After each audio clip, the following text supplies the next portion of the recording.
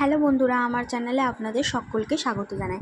আজকে আমি সাবুদানার বড়ার রেসিপি নিয়ে আপনাদের কাছে চলে এসেছি। তাহলে চলুন দেখে নিই। প্রথমে আমি সাবুটাকে 7-8 ঘন্টা মতো ভিজিয়ে রেখেছিলাম, তারপরে জল ঝরিয়ে নিয়েছি।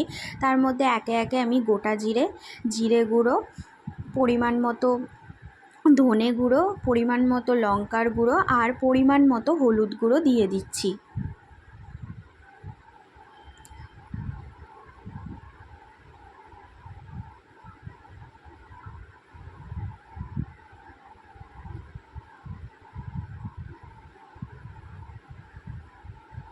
এই রেসিপিটা কিন্তু খুব চটজলদি হয়ে যায় বন্ধুরা, তাড়াতাড়ি বানিয়ে নিতে পারবেন। বাড়িতে কোনো গেস্ট আসলে চটজলদি এই রেসিপিটা হয়ে যাবে। এরপরে আমি স্বাদ মতো ধনেপাতা কুচি দিয়ে দিচ্ছি। ধনেপাতা কুচি দিলে কিন্তু ফ্লেভারটা ভালো আসে। এরপরে আমি কিছুটা লঙ্কা কুচি এর মধ্যে দিয়ে দিচ্ছি। এরপরে আমি কটা আগে থেকে আলু সেদ্ধ করে রেখেছিলাম সেটাও দিয়ে দিচ্ছি। আলুটা কিন্তু সেই পরিমাণ দিতে হবে যাতে সাবুটা একদম আঁট ধরে। সাবুটা আঁট না ধরলে কিন্তু তেলে দেওয়ার পরই ছেড়ে দেবে, সেই জন্য আলুটা সেই পরিমাণই দিতে হবে। আর কিছুটা ভাজা বাদাম আমি ভেঙে রেখেছিলাম, সেটাকেও দিয়ে দিচ্ছি। এবারে আমি ভালোভাবে এই সাবুদানাটাকে মেখে নেব।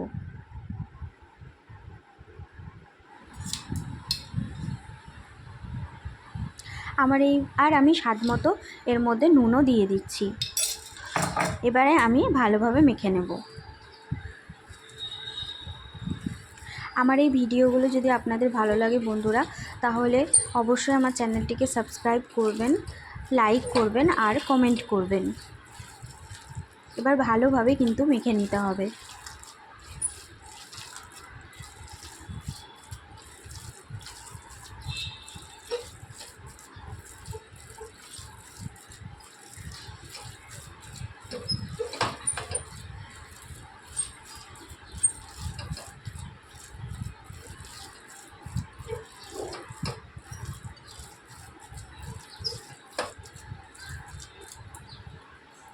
একদম ভালোভাবে মেখে নিয়েছি। এরপরে আমি বড়ার আকারে গড়ে নেব।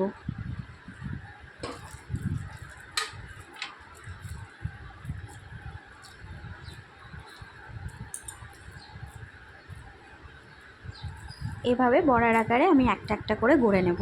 এই রেসিপিটি আপনারা কিন্তু উপোসের দিনেও খেতে পারেন, কারণ এতে কোনো পেঁয়াজ রসুন কিছুই পড়ে না। তো উপোসের দিনেও এই রেসিপিটা আপনারা ট্রাই করতে পারেন, বা ইভিনিং স্ন্যাক্সেও কিন্তু এটা চায়ের সাথে একদম দারুণ লাগবে খেতে। এরপরে আমি কড়াইয়ে পরিমাণ মতো তেল দিয়ে দিয়েছি। তেলটা কিন্তু খুবই গরম করে নিয়েছি। এরপরে একে একে বড়াগুলো ছেড়ে দেবো।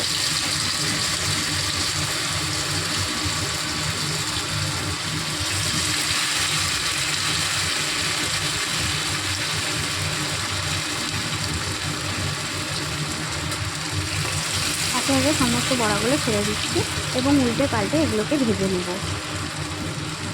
ঘরে থাকা উপকরণ দিয়েই কিন্তু এই রেসিপিটা হয়ে যায়, বেশি কিছু উপকরণ এটার মধ্যে লাগে না।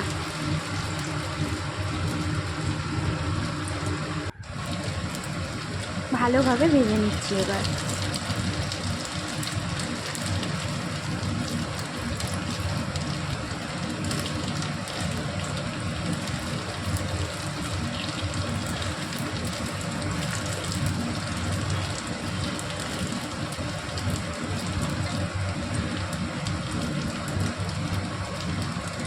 এবার আমি প্লেটে তুলে নিয়েছি বড়াগুলো এবং ধনেপাতা চাটনির সাথে সার্ভ করেছি।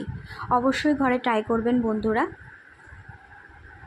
তাড়াতাড়ি এই সাবুদানার বড়াটা কিন্তু রেডি হয়ে যাবে। ধন্যবাদ বন্ধুরা ভিডিওটা দেখার জন্য।